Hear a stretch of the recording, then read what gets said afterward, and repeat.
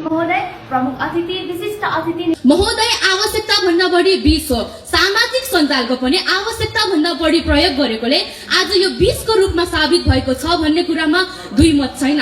तसर्थ नेपालले पनि 2065 साल जेठको 15 गते संघीयताको घोषणा गरेको थियो। युवाहरू विदेशका छन्। देशको मेरुदण्ड मानिने युवाहरू दिनानुदिन विदेश पलायन हुनुभएको असाध्यै विडम्बनापूर्ण कुरा हो। व्यावहारिक र सिपमूलक शिक्षा दिन्छ। विद्यार्थीहरूमा समालोचनात्मक चिन्तन, समस्या समाधान र सृजनशीलताको विकास गराउन। हात हतियार पनि बेच्ने अनि हरेक किसिमको फाइदा उठाउने साम्राज्यवादी देश आफै भागी आफै बक्सी भएको कुरा विश्वका अन्य देशहरूले कहिले बुझ्दैन हुँदैन। भनेको गतिशीलता हो, देशको मेरुदण्ड हो, परिवर्तनको संवाहको र सक्रिय जनसंख्याको एक अंश हो। इतिहासको पन्ना पल्टाएर हेर्ने हो भने राणा कालमा जम्मा 2% मात्र व्यक्ति साक्षर थिए। हाल झै अटल यो झुकेन यो कहिले, लत्रेन यो कहिले, जङ्गी निशाना।